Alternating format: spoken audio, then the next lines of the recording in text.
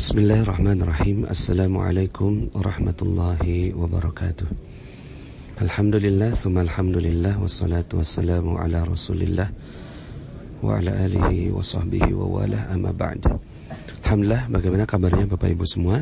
Semoga selalu berada dalam limpahan karunia, rahmat, cinta, berkah dan kemuliaan dari Allah Subhanahu wa taala, sehingga kehidupan Anda menjadi jauh lebih baik lagi, jauh lebih dicintai Allah, dan jauh lebih mendekatkan kepada tujuan mendapatkan rezeki berlimpah di dunia maupun di akhirat. Bapak Ibu, dalam kesempatan kali ini saya ingin menyampaikan materi tentang goa keajaiban. Saya akan bagi dalam beberapa audio, ya. Ini audio pertama. Saya menyampaikan materi ini di Raudhah, ya. Sekarang saat ini sedang berada di Raudhah. Bukan apa-apa, tujuannya semata-mata agar menjadi doa, agar Anda semua mendapatkan keberkahan berlimpah dari Allah Subhanahu wa taala. Karena Raudhah merupakan salah satu tempat yang sangat-sangat utama, sangat tinggi nilainya di sisi Allah Subhanahu wa taala.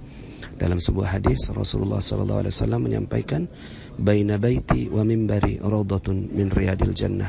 Di antara rumahku dan mimbarku ada taman di antara taman-taman surga. Nah, Bapak Ibu yang dirahmati Allah Subhanahu wa taala, saya doakan semoga Anda semua bisa datang ke Raudhah ini untuk berdoa, bermunajat kepada Allah Subhanahu wa taala, dan mendoakan agar kehidupan Anda menjadi jauh lebih baik di dunia maupun di akhirat. Islam ini agama yang ajaib, Bapak Ibu. Ajaib sekali, ya. Kitabnya ajaib, nabinya ajaib, dan kisah-kisahnya semuanya adalah kisah-kisah yang ajaib, ya. Dan lawan dari keajaiban adalah hukum sebab akibat, atau hukum, ya, yang disebut sebagai hukum alam, ya. Sebenarnya itu adalah sunnatullah, hukum yang berlaku di alam.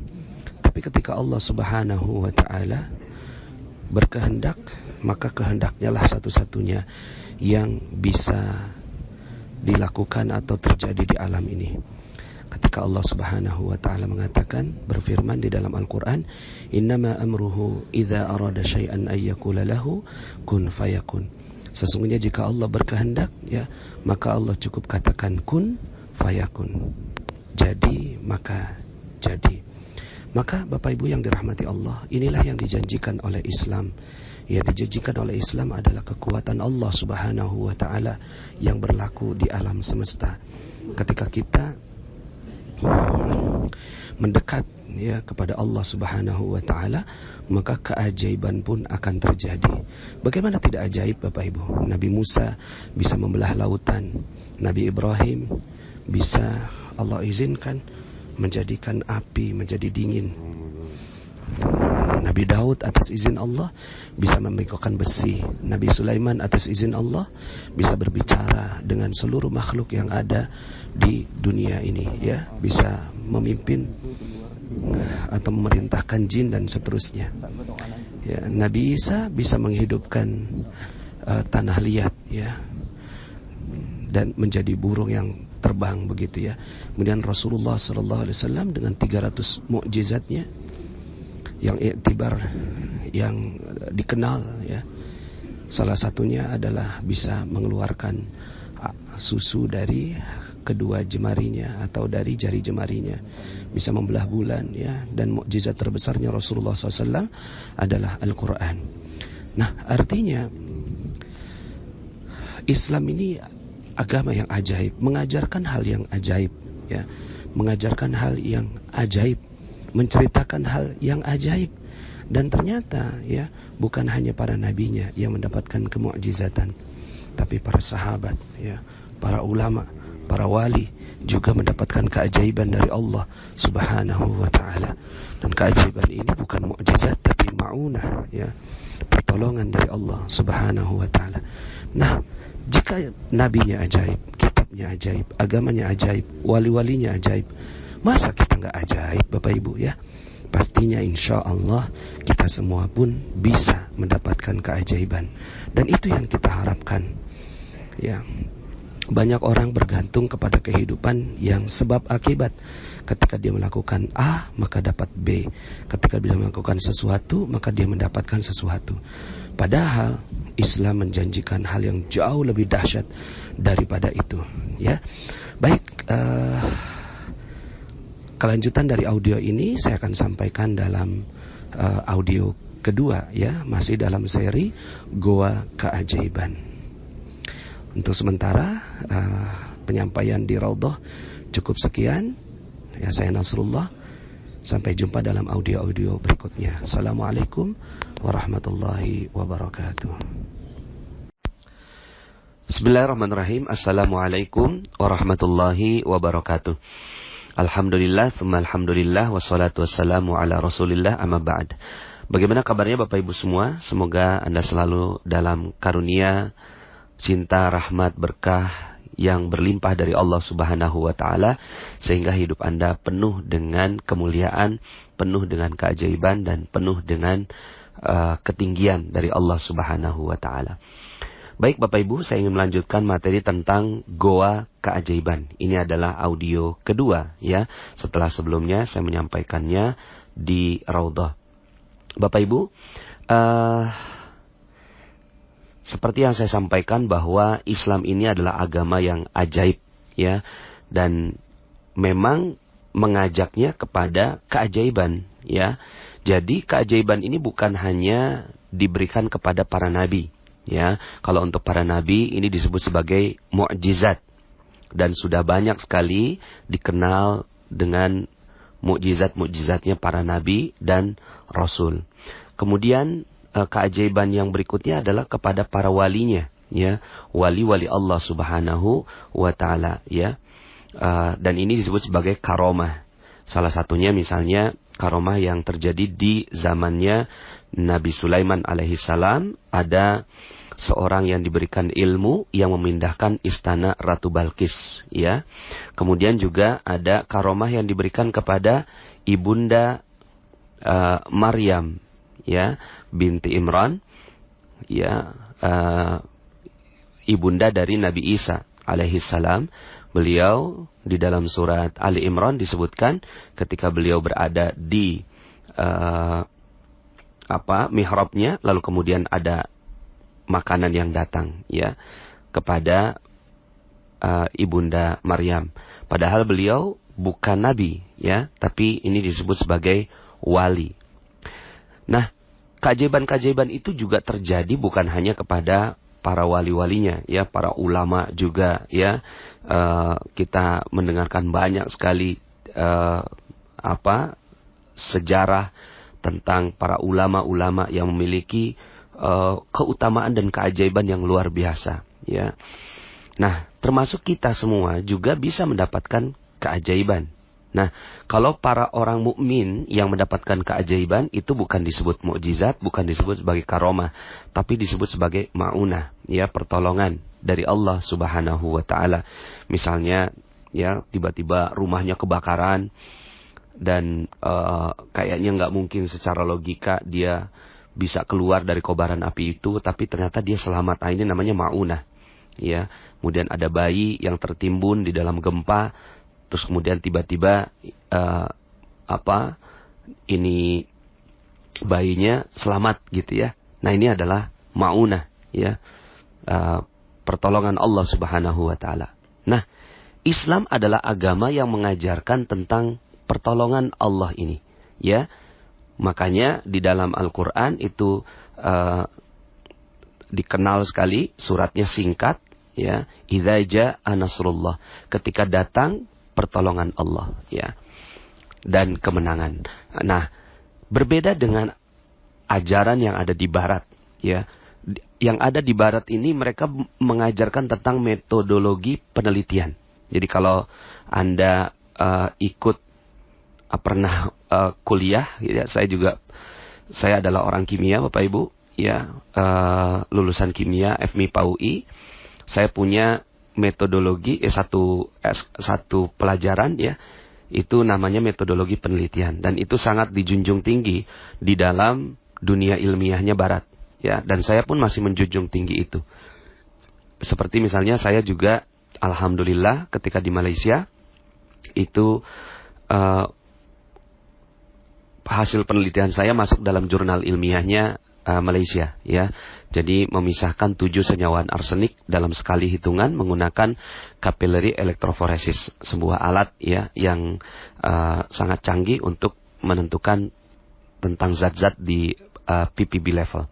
Nah, ini metodologi barat itu telah membentuk keajaiban yang sekarang terjadi, ya, dengan metodologi penelitian tentang adanya hipotesa, penelitian, ujian dan seterusnya, ya, eksperimen dan seterusnya, sehingga akhirnya melahirkan keajaiban-keajaiban yang terjadi seperti listrik, ya, telepon, kemudian juga gelombang dan seterusnya, ya. Nah, Islam mengajarkan lebih dari itu, Bapak Ibu, ya. Islam mengajarkan lebih dari itu. Bukan cuma sekedar metodologi penelitian yang standar sekali, ya, sebab akibat, ya. Tapi Islam ini mengajarkan pemeluknya, penganutnya, itu mereka bisa mendapatkan keajaiban sebagaimana, ya, ajaibnya istana Ratu Bilqis dipindahkan, Bapak Ibu, ya. Sebagaimana, ya, ajaibnya Ibunda Maryam memiliki makanan yang tanpa ada metode, ya, tanpa ada metodologi, tiba-tiba ada, ya. Makanya ayatnya adalah innama amruhu idza arada syai'an ayyakula lahu kun fayakun. Ketika Allah menginginkan sesuatu, maka cukup Allah katakan jadi, maka jadi. Udah nggak perlu metode, Bapak Ibu. Udah nggak perlu metode penelitian. Udah nggak perlu pakai metode bagaimanapun. Umat Islam ini dahsyat, ya, luar biasa, ya. Jadi ketika Allah mau, ya, jadi, ya. Nah, maka tentunya, ya, kalau seandainya hambanya dicintai oleh Allah Subhanahu wa Ta'ala, maka Allah menginginkan sesuatu terhadap hamba itu, ya, akan dimudahkan oleh Allah, ya. Nah, maka Bapak Ibu, kalaulah nabinya ajaib, walinya ajaib, ya, para ulamanya ajaib, kitabnya ajaib, Nabi Isra Mi'raj itu Bapak Ibu kisahnya dahsyat, Bapak Ibu, ajaib, ya, dan seterusnya. Semuanya ajaib. Saya sering berseloroh gitu, ya. Kalau semuanya ajaib, masa umatnya nggak ajaib gitu, ya? Masa kita hidupnya nggak baik? Masa kita masih punya utang nggak lunas-lunas? Itu nggak ajaib, Bapak Ibu, ya. Masa piutang nggak kebayar-bayar, ya. Masa proyek, ya, nggak datang-datang ke kita, ya. Nggak mungkin, Bapak Ibu, ya, nggak mungkin. Jadi umat Islam ini adalah umat yang ajaib, yang dia akan dimudahkan oleh Allah Subhanahu wa Ta'ala seluruh kehidupannya. Jadi nggak mungkin ketika kehidupan kita sudah sesuai dengan apa yang diajarkan oleh Islam, maka, ya, yang akan terjadi pada kehidupan Anda dan kita semua adalah kehidupan yang ajaib. Makanya saya betul-betul punya dream, punya impian. Sekarang ini saat saya menyampaikan materi ini ada 81.000 member, ya, 81.000 sekian. Bayangkan kalau seandainya 81.000 ini adalah mereka-mereka yang telah mendapatkan keajaiban dari Allah Subhanahu wa Ta'ala. Yang terjadi, Masya Allah, terjadi ledakan, Bapak Ibu, ya, ledakan keajaiban. Dan pastinya kehidupan Anda jauh lebih baik, keinginan Anda mudah dipenuhi, ya. Lalu kemudian apapun yang Anda inginkan bisa dimudahkan oleh Allah Subhanahu wa Ta'ala. Itu adalah goal saya dalam menyampaikan materi rahasia magnet rezeki ini, ya. Walaupun banyak yang menyangsikan, ya, apa ia bisa? Ya, bismillah, insyaallah saya punya keyakinan yang sangat-sangat tinggi tentang keajaiban terhadap hidup Anda, insyaallah. Minimal kalau seandainya Anda nggak bisa jalan di atas air gitu, Bapak Ibu, ya. Minimal kalau Anda nggak bisa nurunin hujan, ya minimal utang lunas gitu, ya Bapak Ibu, ya. Minimal kita nih, ya, piutangnya dibayar gitu. Minimal proyek kita nih berhasil dan berlimpah ruah gitu, ya. Minimal itu, ya. Kalaupun seandainya kita tidak di atasnya itu, yaitu keajaiban, tiba-tiba ada makanan di depan kita, ajaib tanpa ada proses gitu, ya. Minimal mah, ya, semua hidup kita baik. Nah, maka yuk sama-sama kita pelajari Bapak Ibu, ya. Maka yang kita pelajari adalah polanya, ya. Dalam materi-materi yang sebelumnya sudah banyak disampaikan gitu ya, tentang pola-pola yang seperti paradox of candy, ya. Itu adalah pola menerima apapun yang Allah tetapkan, ya. Kita terima bungkusnya. Kemudian pola detox rezeki, ternyata ada pola detoxnya gitu ya. Kemudian ada pola ya cacat yang sempurna, ya. Bahwa ternyata kesempurnaan itu ya, itu dimulai dari sesuatu yang cacat dan kemudian disempurnakan dan disyukuri, ya. Dan seterusnya. Nah, pada kesempatan kali ini saya ingin lebih advance untuk membuat kita kejar bola, Bapak Ibu, ya. Kejar bola. Mengejar keajaiban itu, ya. Jadi, kalau yang selama ini kita defense, ya, kita bertahan, ya, sekarang jika selama ini kita defense, nah sekarang yuk sama-sama kita kejar keajaiban Bapak Ibu, ya. Nah, dalam mengejar keajaiban ini ada pola, ya. Polanya adalah ternyata seluruh keajaiban-keajaiban itu terjadi ketika masuk ke dalam goa. Ya, masuk ke dalam goa. Makanya judulnya Goa Keajaiban. Semua nabi sebelum diangkat menjadi nabi itu selalu masuk ke dalam proses masuk goa Bapak Ibu, ya. Selalu melalui proses masuk ke dalam goa dan goanya berbeda-beda, ya. Nabi Nuh misalnya, goanya apa? Beliau sibuk membangun kapal. Diperintahkan oleh Allah Subhanahu wa taala untuk sibuk membangun kapal, padahal ya itu dataran, ya. Tidak ada air. Terus kemudian akhirnya karena menerima apa yang Allah perintahkan, ya udah dia sibuk membangun kapal, ya. Dan ini adalah goanya Nabi Nuh alaihissalam. Nabi Musa ke Bukit Tursina bahkan sampai meminta untuk melihat Allah tapi nggak sanggup, ya. Kemudian Nabi Yusuf alaihissalam, goanya adalah masuk ke dalam sumur, kemudian menjadi budak, kemudian dipenjara. Nah, ini adalah proses goanya Nabi Yusuf. Kemudian Nabi Yunus alaihissalam, goanya adalah masuk ke dalam perut ikan paus, ya. Nah, ini selalu berulang, ya. Polanya ini selalu berulang. Rasulullah SAW, ya, goanya apa? Ya, Gua Hira. 3,5 tahun beliau bertahanus di Jabal Nur, ya, di Gunung Cahaya dan di Gua Hira. Ya, di Jabal Nur ada Gua Hira di sana. Kemudian yang tadi saya ceritakan, Ibunda Maryam, goanya adalah mihrab, tempat beribadah kepada Allah Subhanahu wa taala. Maka ini goanya berbeda-beda tapi polanya sama, ya. Polanya sama. Setelah mereka berada di dalam goa, terjadi keajaiban. Setelah mereka masuk ke dalam goa, terjadi keajaiban. Begitu Bapak Ibu, ya. Nah, maka bahkan karena ada yang bilang mungkin begini, nah, itu kan para nabi, itu kan para wali, ya. Enggak, bahkan ini jadi kurikulum Bapak Ibu, ya. Jadi kurikulum kepada umat Islam, ya. Menjadi kurikulum. Jadi kalau seandainya eksperimen, penelitian itu menjadi kurikulum bagi seorang mahasiswa, maka goa, ya, itu masih menjadi kurikulum bagi seorang yang mencari keajaiban. Makanya kenapa Allah khususkan satu surat, ya, khususkan satu surat berjudul Goa yang namanya Al-Kahfi, ya. Dan bahkan bukan hanya sekedar dijadikan nama ayat seperti An-Nisa nama ayat, Al-Maidah nama ayat, tapi tidak diminta untuk berulang-ulang, ya. Paling ya kalau seandainya membaca tadarus begitu, ya. Tapi Al-Kahfi itu salah satu surat yang disunnahkan untuk dibaca berulang-ulang setiap malam Jumat, ya. Dan ini saya sudah sampaikan dalam materi Khairul Razikin untuk membaca Al-Kahfi ini. Nah, ini adalah satu pola yang berulang. Bahwa ternyata Allah ingin mengajarkan agar kita semuanya juga masuk goa. ya, agar kita semua umat Islam, ya, orang yang beriman itu masuk ke dalam goa. Dan Allah ceritakan di sana, ya, nahnu naqussu 'alaika naba'ahum bil haqq innahum fityatun amanu bi rabbihim wa zidnahum huda. Kami telah menceritakan cerita ini dengan benar, ya.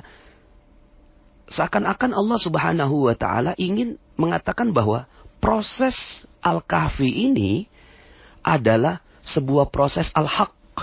Naba'ahum bil haqq, ya. Jadi kalau kamu dapat keajaiban ini loh, ya. Aku berikan kepada kalian satu kisah, ya. Innahum fityatun amanu, ya. Jadi mereka adalah pemuda yang beriman kepada Rob mereka. Jadi syarat pertama ketika kita masuk ke dalam goa ini adalah beriman, penuh yakin kepada Allah Subhanahu wa taala, lalu kemudian wazidnahum huda. Baru kemudian Allah berikan kepada mereka huda, petunjuk. Nah, petunjuk inilah yang sebenarnya kita butuhkan atas semua masalah-masalah kita, ya. Hutang kita nggak beres, kita butuh hudan, kita butuh petunjuk.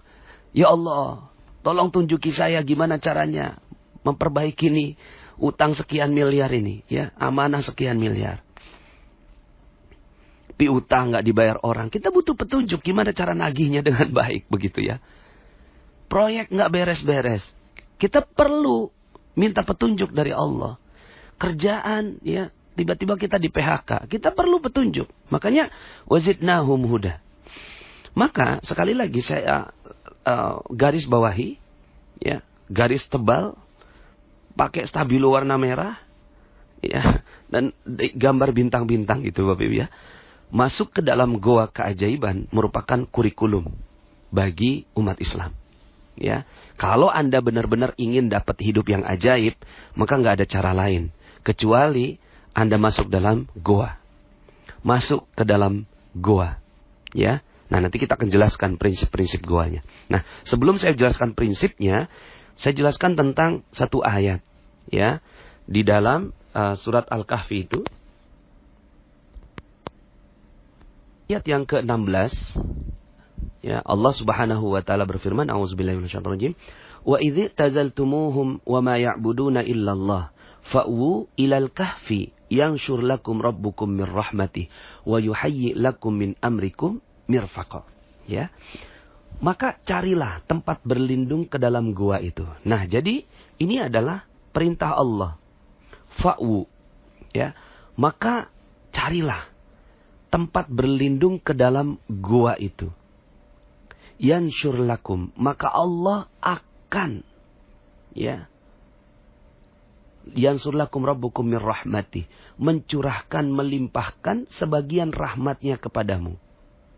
Dan ini yang paling dahsyat Bapak Ibu, karena Allah Subhanahu wa taala menyebutkan di akhir ayat ini, wa yuhayyi lakum min amrikum mirfaqa, dan menyediakan sesuatu yang berguna bagimu dalam urusanmu.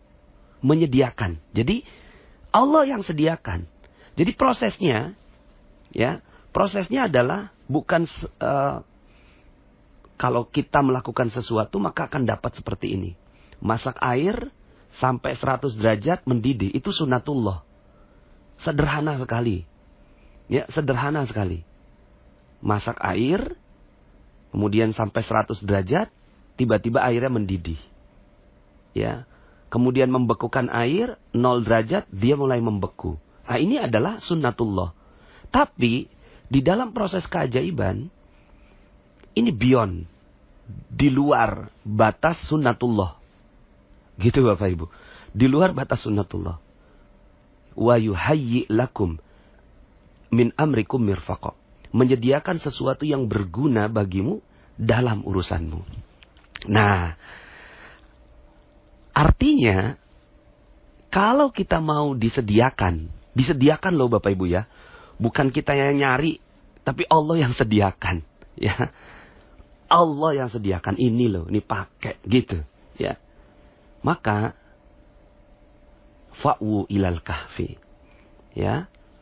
Cari tempat berlindung ke dalam gua. Nah, makanya setelah itu kisahnya Ashabul Kahfi ini atau pemuda Kahfi ini ajaib memang, ya, tidur selama 300 tahun, ya. Kemudian dalam hitungannya komariahnya 309 tahun gitu ya. Terus kemudian berguling-guling gitu ya. Kemudian abadilah begitu ya, mereka bisa sampai melampaui masa 300 tahun. Ini kan ajaib. Beyond sunnatullah, ya. Beyond sunnatullah. Di luar batas, ya, sunnatullah. Maka insya Allah Anda semua perlu yang namanya di luar batas sunnatullah. Insya Allah Bapak Ibu, ya, Anda bisa mendapatkannya. Nah sekarang 7 prinsip goa, ya, 7 prinsip goa. Jadi ada 7 prinsipnya. Yang pertama, goa ini sepi dan terasing. Sepi dan terasing. Kita lihat Nabi Nuh sepi dan terasing. Nabi Yusuf sepi dan terasing. Nabi Yunus ya, sepi dan terasing. Nabi Musa sepi dan terasing. Rasulullah SAW di Gua Hira sepi dan terasing. Jadi kalau Anda ingin masuk ke dalam gua, Anda harus menyepi dan terasing dari kehidupan Anda sekarang. Ya. Jadi ya keluar, ya. Cari tempat yang sepi dan terasing. Itulah goa. Nggak mesti juga goa yang kayak Flintstone gitu ya Bapak Ibu ya. Zaman batu gitu. Terus kemudian Anda cari hutan di mana. Kemudian ada goa. Nggak mesti juga. Nanti saya akan sampaikan beberapa bentuk-bentuk goa yang dibuat oleh agama ini. Ya. Jadi setelah Rasulullah SAW ke Gua Hira. Lalu kemudian akhirnya para sahabat juga masuk ke dalam goa. Tapi goanya bukan Gua Hira. Ya, tapi goa yang Rasulullah SAW telah ajarkan kepada kita semua. Nah yang pertama adalah prinsip pertamanya sepi dan terasing. Dia harus betul-betul sepi, ya, nggak ada, ya, sunyi. Sepertinya ya tidak, ya nggak kekinian gitu Bapak Ibu ya. Yo sepi, ya. Yang kedua, lepas dari seluruh hiruk pikuk dunia. Lepas dari seluruh hiruk pikuk dunia. Ini prinsip goa kedua. Sepi terasing, lepas dari seluruh hiruk pikuk dunia. Mungkin Anda punya masalah sekarang. Mungkin Anda punya masalah amanah yang sangat-sangat tidak sederhana. Lalu kemudian Anda lupakan itu semua. Anda lupakan itu semua. Lalu kemudian Anda menyepi dan terasing. Kemudian yang ketiga, Anda puasa berita. Ya. Puasa berita. Ini tidak ada berita yang kita dengarkan. Seperti Nabi Nuh. Ketika beliau membangun kapalnya. Ya, berita-beritanya adalah Nabi Nuh gila, ya. Kemudian ya begitulah kurang lebih ya. Kan disebutnya terasing. Akhirnya kita udah nggak boleh dengerin berita-berita apapun. Terserah orang mau ngomong apa. Terserah orang mau ngomong apa terhadap kehidupan kita. Kita udah nggak peduli. Kita hanya pedulinya dengan kehidupan yang kita ingin jalani di dalam gua itu. Ya. Puasa berita. Mungkin Anda nggak baca berita Bapak Ibu. Nggak nonton TV. Nggak baca WhatsApp gitu ya. Nggak baca internet gitu. Ya. Sepi dulu ya. Puasa dulu terhadap segala berita. Ya, karena Anda ingin mengasingkan diri dari hiruk pikuk dunia. Kemudian yang keempat, fokus dengan prosesnya. Proses masuk dalam gua. Nggak usah juga terus kemudian tiba-tiba mana nih gitu ya keajaibannya. Nggak usah. Fokus saja ya. Fokus saja terhadap aktivitas di dalam gua itu. Nggak usah berharap akan ada apapun. Nggak usah berharap akan ada keajaiban. Nggak usah berharap bahwa Allah akan bantu Anda. Nggak usah berharap gitu ya. Karena gini, ketika kita udah mulai muncul harapan, maka itu bukan gua namanya. Bukan keterasingan. Jadi ya udah. Fokusnya sama apa? Ya fokusnya sama aktivitas dalam gua aja. Nggak usah menganggap akan ada keajaiban. Misalnya kayak dengarkan ceramahnya Ustaz Yusuf Mansur. Sedekah 100.000 bisa dapat 1 juta. Lalu kemudian ditungguin mana nih 1 jutanya, nggak usah. Ya, Jadi fokus saja sama sedekahnya. Ya udah sedekah 100.000. Nanti akan jadi apa? Enggak usah berharap. Ya, karena berharap itu artinya kita berharap bahwa keajaiban itu kita yang ciptakan. Tapi ketika kita tidak berharap, maka kita menyerahkan keajaiban itu kepada yang maha menciptakan keajaiban.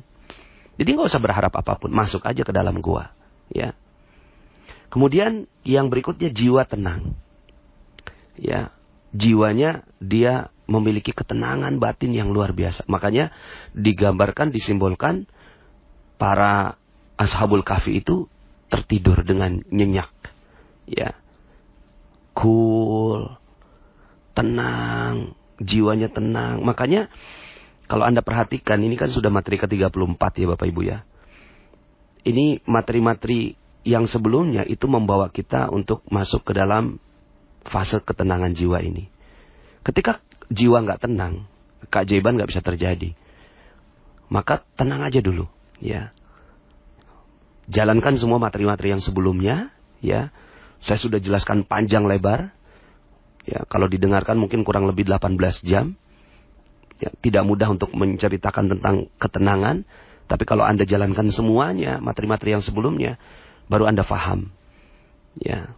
Apalagi Anda yang baru pertama kali mendengarkan langsung loncat ke materi 34 ini pasti nggak nyambung. Ya.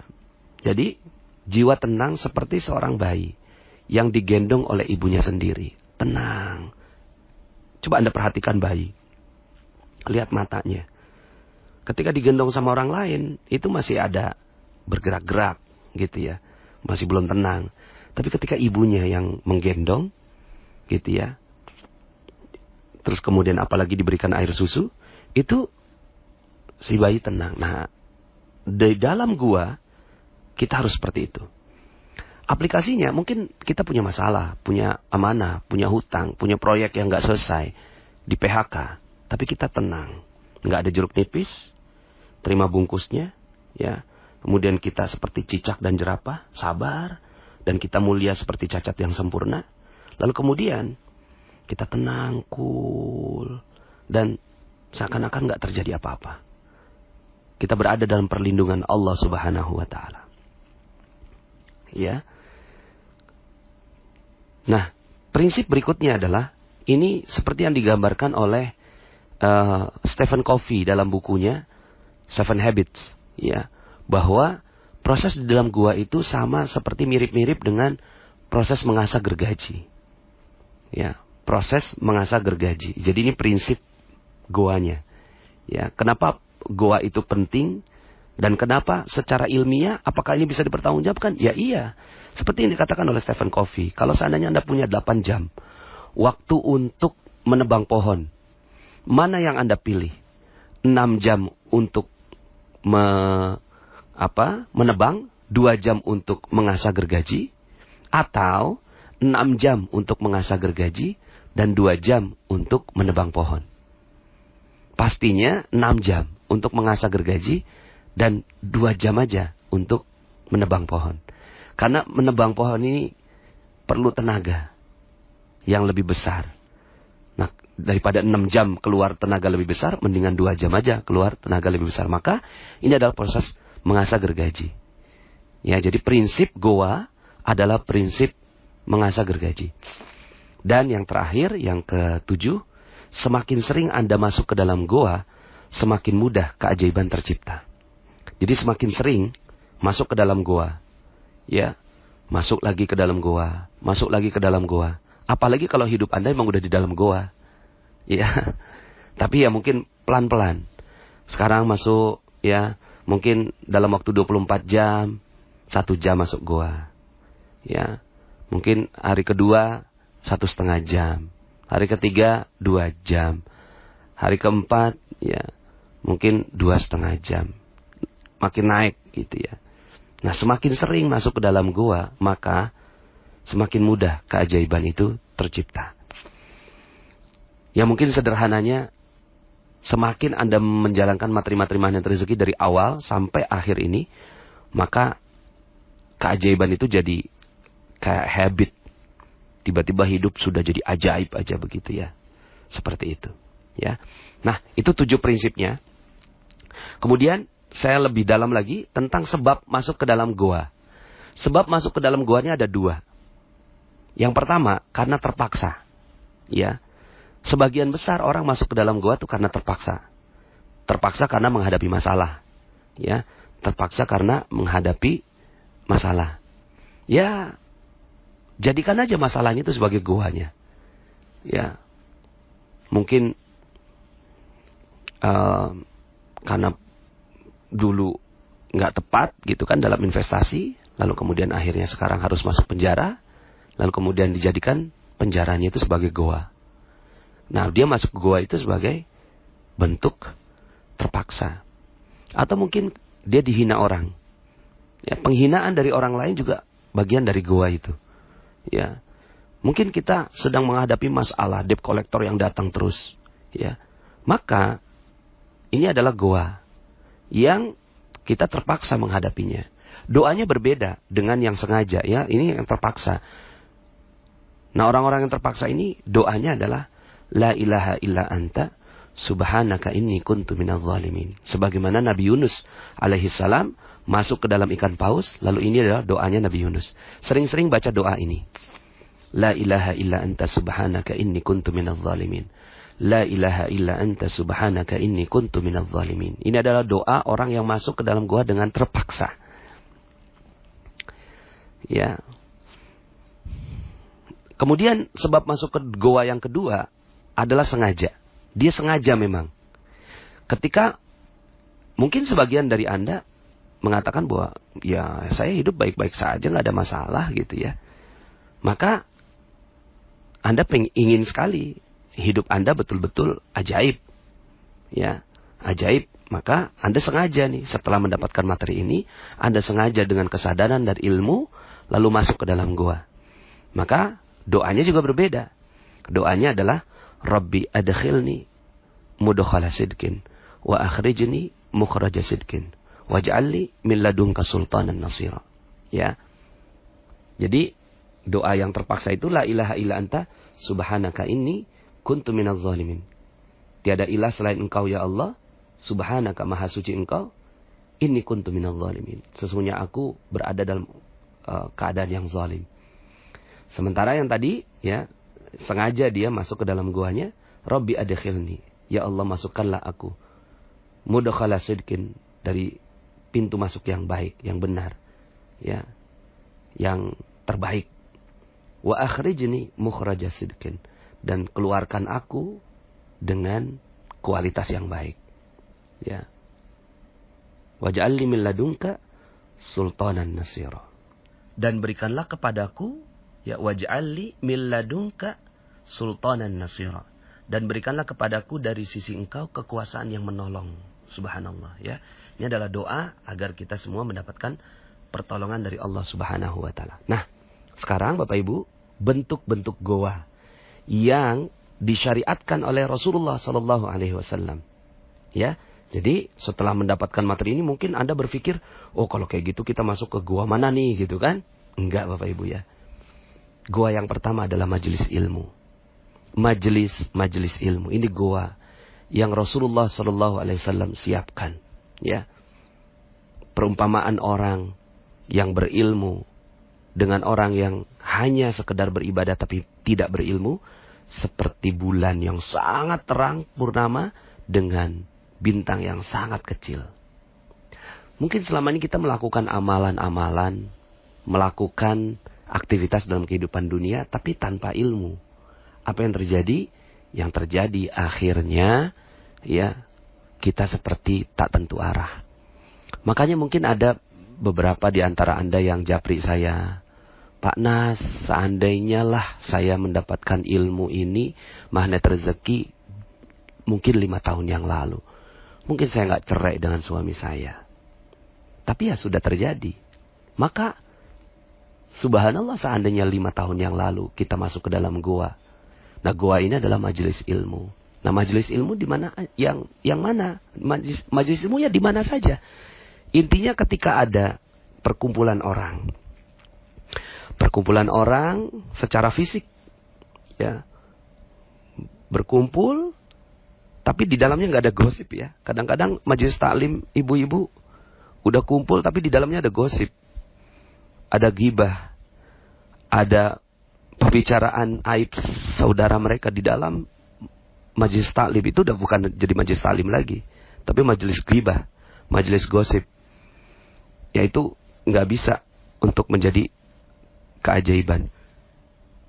Yang dibutuhkan adalah majelis yang benar-benar belajar tentang ilmu, belajar tentang keilmuan. Ya, makanya guru saya ketika beliau punya hajat, beliau tuh datang nyari majelis ilmu yang benar-benar majelis ilmu yang belajar benar-benar mengkaji kitab misalnya, ya. Lalu kemudian duduk, walaupun itu bukan majelisnya dia, tapi duduk di pinggir, itu dapat berkahnya. Nah, itu adalah goa. Jadi goa yang Rasulullah SAW berikan kepada umat Muhammad SAW setelah ini adalah goa berupa ilmu. Masya Allah, ya. Jadi datangi majelis-majelis ilmu, ya. Mungkin Anda bisa datang ke pengajian pekanan, gitu ya. Datang, paksa diri Anda untuk selalu datang ke majelis-majelis ilmu seperti ini, ya. Nah, ini yang pertama. Yang kedua, semua sholat adalah goa, Bapak Ibu. Semua sholat, ya. Semua sholat adalah goa. Makanya dia sepi, terasing, melupakan semua hiruk pikuk dunia. Kemudian puasa dari segala berita, kan masuk dalam prinsip-prinsipnya, ya. Maka semua sholat itu adalah goa. Maka kalau seandainya Anda sedang gundah gulana dan seterusnya, maka ya sudah, langsung keluar, ya. Kemudian ambil wudhu, sholat. Terutama sholat malam, ya. Sholat malam ini adalah kualitas sholat yang terbaik. Tentunya selain yang fardu, sholat sunnah terbaik adalah sholat malam. Maka datang sholat malam, ya. Dalam Al-Quran Allah Subhanahu wa Ta'ala menyebutkan, wa minal laili fatahajjat bihi nafilatan lak asa ayyab'atsaka rabbuka maqaman mahmuda. Dan pada sebagian malam hari bersembahyanglah, tahajudlah kamu sebagai suatu ibadah tambahan. Mudah-mudahan Allah mengangkat kamu ke tempat yang terpuji, ya. Jadi, nah bahkan tadi doa yang tadi Rabbi adkhilni itu adalah setelah ayat wa minal laili ini, ya. Dan Allah janjikan wa qul ja'al haqq wa zahaqal batil innal batila kana zahuqa. Dan katakanlah yang benar telah datang dan yang batil telah lenyap. Artinya keajaiban datang. Dan yang batil itu misalnya masalah-masalah kita, akhirnya lenyap pelan-pelan. Jadi sering-seringlah sholat. Sering-seringlah sholat dengan kualitas goa. Ya, kualitas goa. Kualitas goa itu ya sepi, terasing. Melupakan semua masalah dan hiruk pikuk dunia. Puasa berita, orang mau ngomong apa, ya. Makanya ketika para pahlawan misalnya ditangkap sama Belanda, ya. Pangeran Diponegoro ketika ditangkap Belanda, minta sholat dulu, masuk ke dalam goa dulu, baru kemudian ditangkap sama Belanda. Kemudian beriktikaf di masjid. Beriktikaf di masjid. Jadi goanya ini udah dijadikan sebagai kehidupan masyarakat kita. Ya, jadi goanya bukan di gunung-gunung, tapi di masjid, itulah goa. Datang ke masjid, beriktikaf, ya.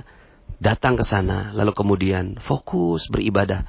Ya. Makanya kenapa Rasulullah SAW mengajarkan di ujung dari Ramadan masuk goa, yaitu masuk iktikaf di masjid. Ya. Rasulullah tidak datang lagi ke Gua Hira, tapi Rasulullah SAW membentuk goa-goa baru, ya. Dan di seluruh dunia sekarang goa-goa itu sudah ada. Itulah sumber keajaiban kita. Masuk ke dalam goa, lalu kemudian minta kepada Allah Subhanahu wa Ta'ala. Kemudian yang berikutnya, asyik masuk dengan Al-Quran. Ya, asyik masuk dengan Al-Quran. Jadi, tadarus, fokus, baca Quran aja. Jadi ketika, ya, kalau ilmu Garputala itu, dia masuknya ke tadabbur. Nah kalau ini, fokus saja, misalnya targetin 1 hari setengah juz. Masuk dalam goa berarti. Kenapa? Karena pas baca itu udah nggak ngituin yang lain kan. Nggak ngerjakan yang lain. Tapi baca Quran, fokus. Walaupun kita nggak ngerti artinya. Tapi memang begitulah Allah Subhanahu wa taala ingin mendesain. Semakin kita berinteraksi dengan Al-Qur'an, semakin keajaiban kita akan diraih. Ya, 1 huruf itu 10 kebaikan. Bukan berarti alif 1 huruf, alif lam mim 1 huruf, tapi alif 1 huruf, lam 1 huruf, mim 1 huruf. Nah, artinya semakin banyak kita membaca, ya, maka semakin banyak kebaikan-kebaikan dan keajaiban yang Allah Subhanahu wa taala akan titipkan untuk kita. Kemudian umroh, ya. Umroh ini ya, umroh dan haji. Keluar dari tanah air bahkan. Ya, tapi bukan untuk bertamasya ala kadarnya, berwisata saja, tapi untuk beribadah dan masuk ke dalam goa. Ya, makanya mohon izin saya menyampaikan materi goa keajaiban ini pada saat perjalanan saya umroh. Untuk menjadi doa agar materi ini menjadi sangat powerful untuk Anda semua. Saya betul-betul berdoa agar Allah Subhanahu wa taala menjadikan Anda sebagai manusia yang ajaib. Manusia yang penuh keajaiban. Karena itulah ya cita-citanya Allah Subhanahu wa taala menciptakan manusia. Dan semua tempat-tempat yang mustajab, semua tempat-tempat yang mustajabah untuk berdoa adalah goa. Makanya kemarin saya di Raudhah, itulah goa. Ya. Kemudian nanti materi ketiga saya akan sampaikannya, mudah-mudahan insyaallah di Multazam, adalah tempat yang mustajab untuk berdoa. Ya.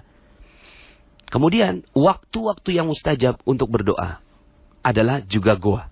Jadi pas waktunya, misalnya turun hujan, itulah goa bagi kaum muslimin. Turunnya hujan, langsung minta doa kepada Allah Subhanahu wa taala. Ya, jalankan 7 prinsip goanya. Sepi, terasing, lupakan semua masalah hiruk pikuk dunia, puasa berita gitu kan.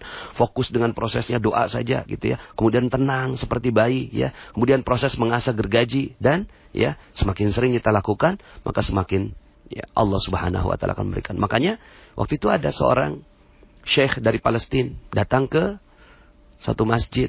Tiba-tiba ada hujan turun. Dia tanya kepada pengurusnya, "Ini hujan?" "Iya." Dia keluar. Ya, keluar dan dia main-main dengan hujan. Karena hujan ini adalah bagian dari waktu yang mustajabah, keadaan yang mustajabah untuk berdoa. Ya. Kemudian di antara 2 khutbah saat khutbah Jumat, ya. Kemudian di antara salat, di antara azan dan iqamah, ya. Kemudian di waktu sahur, ya. Dan seterusnya. Silahkan dipelajari ini adalah bentuk-bentuk goa yang Allah Subhanahu wa taala berikan untuk kita umat Islam. Nah, Bapak Ibu, saya sisakan materi terakhir, yaitu tentang cerita, ya. 2 cerita tentang pengaplikasian goa dalam kehidupan. Ya, saya akan sisakan ini menjadi bagian ketiga yang saya akan simpan, dan saya mudah-mudahan Allah izinkan untuk menyampaikannya di Multazam. Demikian, saya berdoa sekali lagi agar hidup Anda ajaib. Nabinya udah ajaib, wali-walinya ajaib, ulamanya ajaib, orang berimannya ajaib. Maka Anda juga pantas untuk mendapatkan keajaiban dari Allah Subhanahu wa taala. Minimal seluruh masalah-masalah Anda diambil oleh Allah Subhanahu wa taala secepat-cepatnya. Ya. Maka percaya saja, yakin saja, karena Allah Subhanahu wa taala yang menjanjikan bahwa Allah yanshur lakum rabbukum min rahmati wa yuhayyi lakum min amrikum mirfaqa. Allah akan sediakan sesuatu yang berguna untuk urusanmu. Ya. Lihat Bapak Ibu, nanti artinya di Al-Kahfi ayat 16. Di ujung ayat itu Allah Subhanahu wa taala janjikan. Maka ya, sekali lagi selamat menyepi di dalam gua, ya.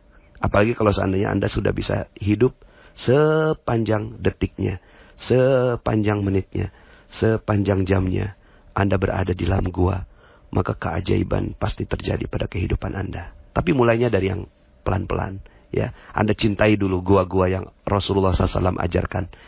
Maka insya Allah dengan kecintaan kita terhadap goa yang Allah Rasulnya ajarkan pada kita, semakin akan membuat kita makin bisa menikmati goa keajaiban ini. Terima kasih, mohon maaf atas segala kekurangan. Saya Nasrullah. Sampai jumpa dalam audio-audio berikutnya. Assalamualaikum warahmatullahi wabarakatuh. Bismillahirrahmanirrahim. Assalamualaikum warahmatullahi wabarakatuh. Alhamdulillah, thumma alhamdulillah, wassalatu wassalamu ala rasulillah, amma ba'd. Bagaimana Bapak Ibu kabarnya semuanya? Semoga selalu berada dalam bimbingan cinta, rahmat, karunia, keberkahan dari Allah Subhanahu wa taala, sehingga hidup Anda menjadi ajaib, ya, menjadi manusia-manusia yang tinggi kedudukannya di sisi Allah Subhanahu wa taala, sehingga Allah akan meninggikan kedudukan Anda di antara manusia-manusia yang ada di muka bumi. Bahkan Allah juga insya Allah akan meninggikan kedudukan Anda dari seluruh penduduk langit. Amin. Amin ya rabbal alamin. Bapak Ibu, pada kesempatan kali ini saya ingin melanjutkan seri ketiga, ya, dari materi Goa Keajaiban. Dan seperti janji saya akan menyampaikannya di Multazam, ya. Alhamdulillah sekarang berada di Masjidil Haram lantai 2 dan di lurusannya Multazam, ya. Mudah-mudahan ini lulusan Multazam, jadi kalau ditarik garis lurus ke Hajarul Aswad, ya. Bukan apa-apa Bapak Ibu, tujuan saya menyampaikan ini dengan keadaan dan tempat yang terbaik adalah agar materi ini benar-benar menghujam dan diizinkan oleh Allah Subhanahu wa taala masuk ke dalam hati kita semua, sehingga akhirnya kita menjadi manusia-manusia pilihan Allah Subhanahu wa taala. Bapak Ibu, dalam seri pertama dan seri kedua rasanya insya Allah cukup jelas, ya, bahwa keajaiban memang merupakan salah satu yang diajarkan di dalam agama Islam, ya. Di dalam Islam Anda semua diciptakan oleh Allah Subhanahu wa taala menjadi manusia-manusia ajaib yang beyond sunnatullah. Ya, sunnatullah itu api dingin, api panas, ya Bapak Ibu. Itu sunnatullahnya. Tapi kalau Allah mau dingin, ya, maka itu akan terjadi. Sunnatullahnya, ya, jatuh ke bawah gitu, ya. Tapi kalau Allah mau, ya, maka bisa-bisa saja jatuh ke atas gitu, ya Bapak Ibu. Ini beyond, ya, sunnatullah. Artinya melampaui batas aturan-aturan Allah Subhanahu wa taala. Nah, syaratnya adalah kita masuk ke dalam goa keajaiban. Nah, prinsip ini sebenarnya kita sudah latih di terumbu karang Bapak Ibu, ya. Jadi di dalam prinsip terumbu karang, bahwa rezeki itu adanya di mana? Rezeki itu adanya di kemuliaan dan kebahagiaan orang lain. Ketika orang lain mulia dan bahagia karena kita, maka kita berhak untuk mendapatkan rezekinya. Dan Allah yang mengatur semua, ya, bagaimana proses pentransferan rezeki itu kepada kita. Nah, kalaulah membahagiakan manusia, memuliakan manusia, itu sudah sedemikian, ya, rezekinya yang diberikan, bagaimana lagi ketika kita memuliakan dan membahagiakan Allah sang pemilik rezeki. Goa keajaiban adalah satu cara untuk kita mendekat kepada Allah Subhanahu wa taala. Ketika kita mendekat kepada Allah Subhanahu wa taala dengan berjalan, maka Allah akan mendekat dengan berlari. Ketika kita mendekat kepada Allah sejengkal, maka Allah akan mendekat kepada kita sedepah. Ya. Masya Allah Bapak Ibu, ya. Ketika kita memiliki berbagai macam masalah dalam kehidupan kita, sebagiannya sebenarnya itu adalah cara Allah untuk memasukkan kita ke dalam goa masalah, ya. Yang di dalam masalah itu kita menyebut nama Allah, menyebut asma Allah, sebagaimana Nabi Yunus alaihi salam, ya, dimasukkan ke dalam ikan, lalu kemudian di dalamnya beliau berzikir la ilaha illa anta subhanaka inni kuntu minadz zalimin. Disebut nama Allah di dalam goa itu. Maka ketika, ya, Anda semua, kita semua dipaksa oleh Allah Subhanahu wa taala untuk masuk ke dalam goanya, maka bersyukurlah, berbahagialah. Mungkin masalah-masalah yang kita hadapi, amanah-amanah yang enggak selesai, pekerjaan-pekerjaan yang enggak bagus, lalu kemudian dikomplain orang, piutang-piutang yang tidak terbayar oleh orang lain, mungkin masalah keluarga, perceraian, mungkin masalah dengan anak dan seterusnya, apapun masalah kehidupan kita, bisa jadi itu adalah salah satu sarana Allah Subhanahu wa Ta'ala untuk menarik kita dari tempat yang jauh dari Allah Subhanahu wa Ta'ala menuju ke dalam goanya, ke dalam goa keajaiban. Maka bagi mereka-mereka yang berada di dalam goa lalu kemudian dia menyebut asma Allah Subhanahu wa Ta'ala, maka saat itulah dia memuliakan dan membahagiakan Allah Subhanahu wa Ta'ala. Kalaulah manusia saja mulia dan bahagia, lalu kemudian Allah berikan rezeki atas asbab tersebut, atas sebab tersebut, atas wasilah tersebut, lalu bagaimana lagi Allah Subhanahu wa Ta'ala yang dimuliakan dan dibahagiakan di dalam goa keajaiban. Maka Bapak Ibu, terdapat banyak sekali kisah di dalam sejarah-sejarah Islam yang menyebutkan tentang hal ini, ya. Dan selalunya ketika terjadi keajaiban, ketika perang Badar terjadi, maka para sahabat diajak oleh Rasulullah SAW untuk masuk ke dalam goa. Di malam hari Rasulullah SAW berdoa meminta, ya, pertolongan dari Allah Subhanahu wa Ta'ala, dan benar saja keesokan harinya Allah mengirimkan 1000 malaikat yang membantu Rasulullah SAW dalam peperangan pertamanya.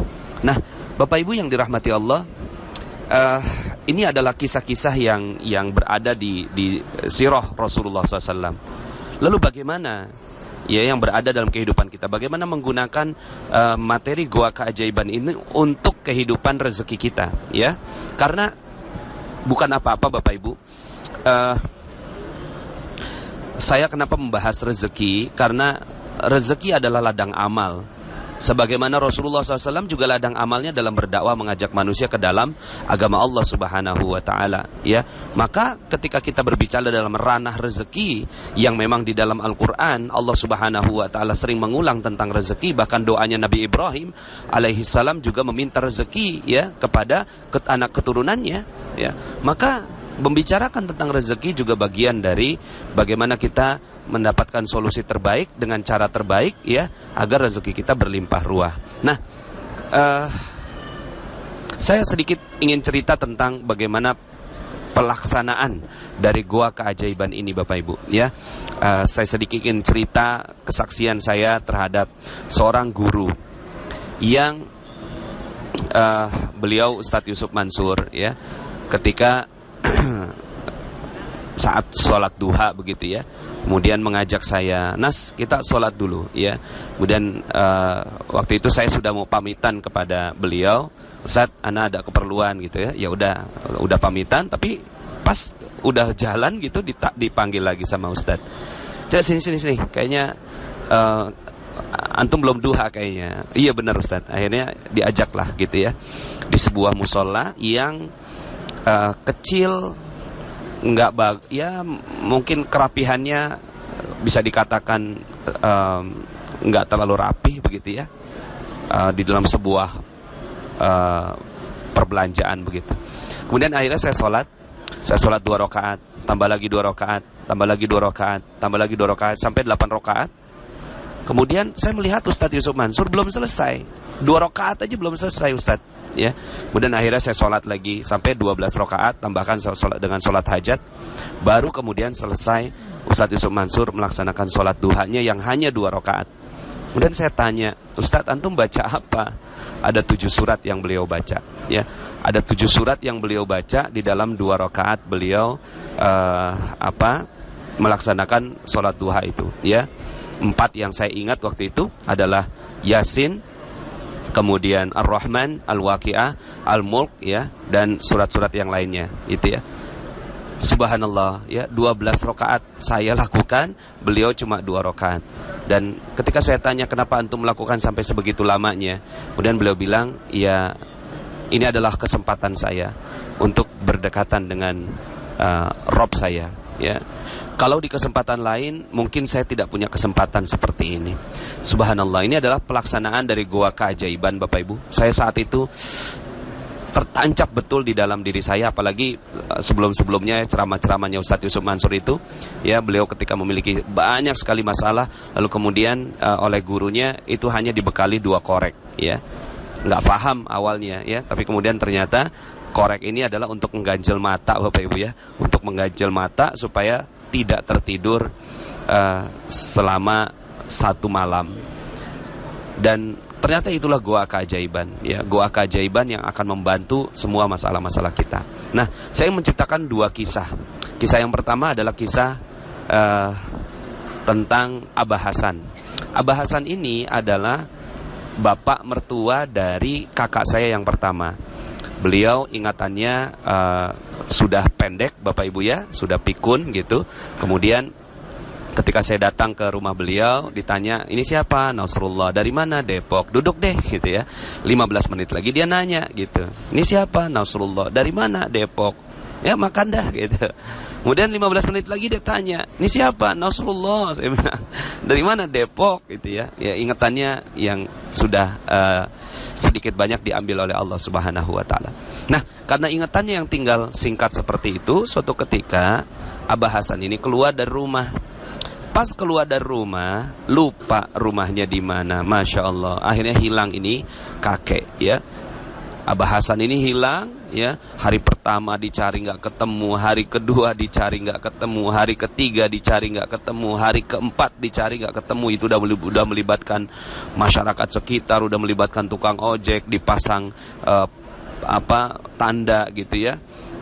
Orang hilang, udah lapor juga ke polisi, nggak ketemu juga sampai hari kelima Bapak Ibu.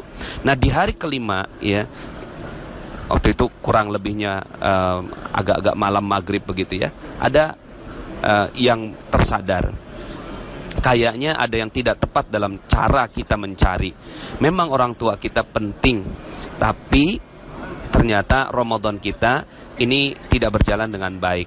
Waktu itu kejadiannya Ramadan, dan pas mereka rapat seperti itu adalah malam 23 ya, malam 23 Ramadan. Akhirnya mereka mengatakan begini, hari ini kita nggak ada yang mencari ya, hari ini kita nggak ada yang mencari, kita fokus saja ibadah ya, kita fokus saja dekati Allah, kita fokus saja ya tilawah Al-Quran ya, sholat malam ya, terus kemudian nggak boleh ada sedetik pun kita luput dari berzikir ya.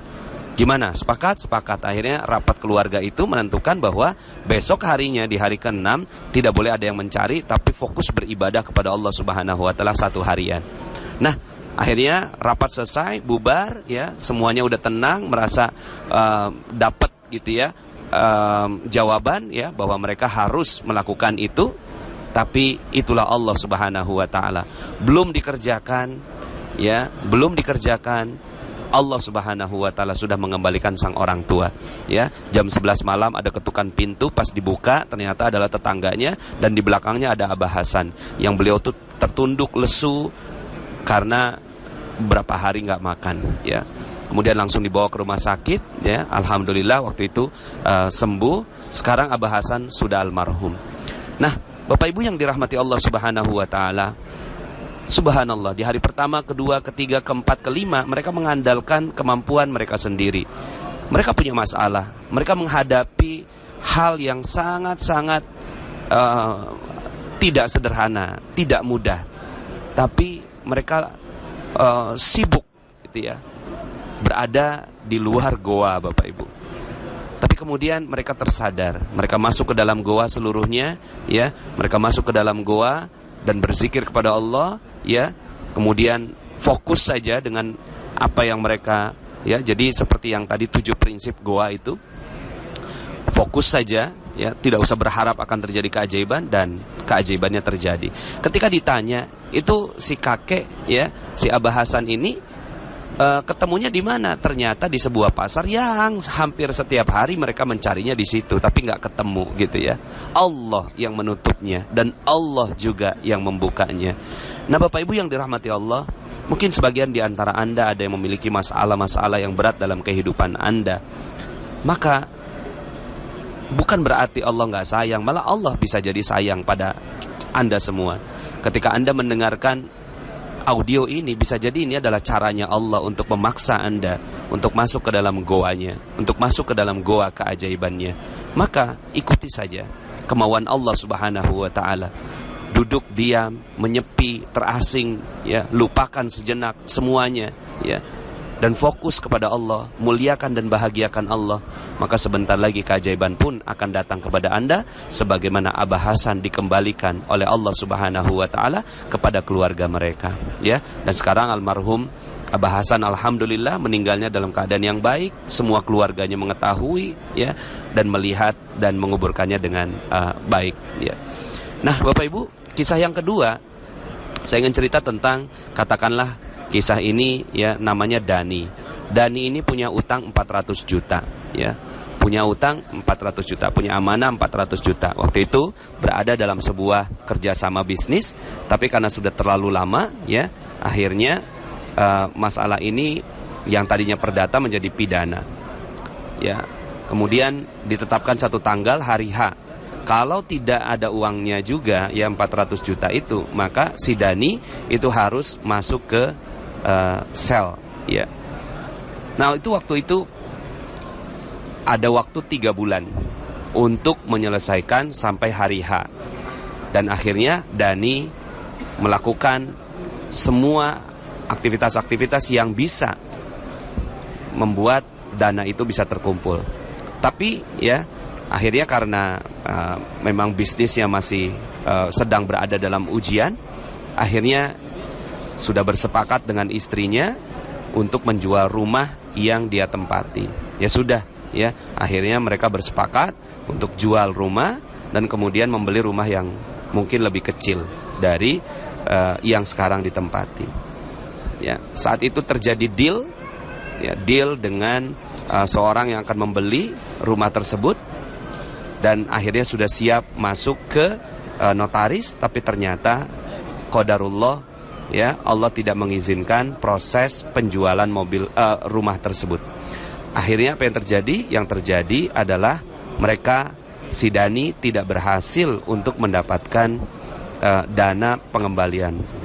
Waktu itu, ya, Ramadan, dan ketetapan hari hanya itu adalah beberapa hari setelah Lebaran. Dan akhirnya Dani masuk ke dalam goa keajaiban, yaitu Ramadan. Dan akhirnya dia fokus saja di 10 hari terakhir di bulan Ramadan. Dia fokus tidak keluar dari masjid. Dia fokus beribadah, beritikaf, dan berzikir kepada Allah Subhanahu wa taala. Setiap si Dani membaca Al-Qur'an, di setiap hurufnya dia titipkan, ya, bayangan, imajinasi 400 juta itu ke dalam setiap huruf yang dia baca. Apakah bisa selesai? Tidak ternyata, ya. Sampai H-2. Dani harus menghadapi proses pengadilan. Uangnya belum terkumpul juga. Dan akhirnya Dani sudah pasrah. Dia sudah siap untuk dipenjara. Dia sudah siap menerima segala resikonya. Dan tiba-tiba Allah Subhanahu wa taala mengirimkan seseorang yang ingin membeli, ya, asetnya Dani yang lain. Jadi Dani memiliki beberapa aset, ya, yang mau dijual malah nggak laku, yang dia pikir nggak mungkin kejual dalam waktu cepat. Hari itu laku, kalau nggak salah 500 juta, ya. H-2. Lalu kemudian akhirnya H-1 dananya ditransfer, dan di hari H selesailah seluruhnya, bahkan masih ada sisa 100 juta.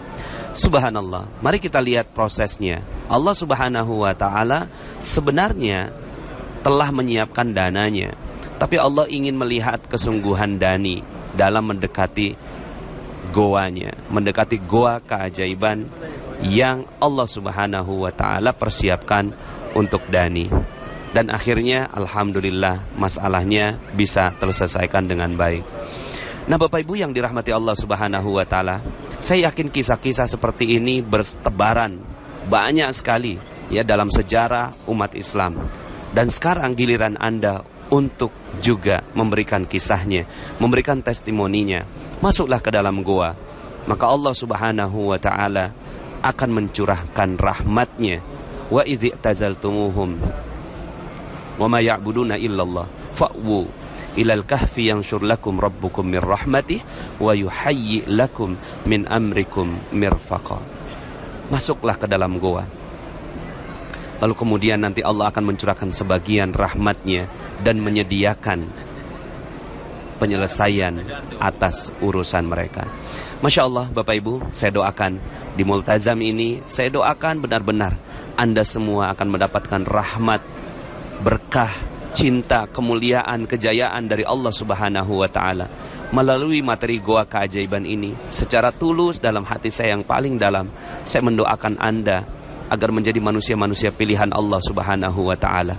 Kalaupun sekarang Anda berada dalam kondisi yang tidak beruntung, kondisi yang memiliki berbagai macam amanah, berbagai macam masalah, berbagai macam hal yang harus Anda selesaikan, itu hanyalah semata-mata kalaulah Anda ditakdirkan Allah untuk mendengarkan materi Goa Keajaiban ini, itu adalah cara Allah untuk menarik Anda masuk ke dalam goanya, cara Allah untuk memasukkan Anda ke dalam rahmat Allah Subhanahu wa Ta'ala, sebagaimana caranya Allah untuk memasukkan Nabi Yunus ke dalam ikan, dan kemudian akhirnya setelah itu Allah Subhanahu wa Ta'ala berikan keberkahan, kemuliaan, kejayaan kepada Nabi Yunus bin Matta.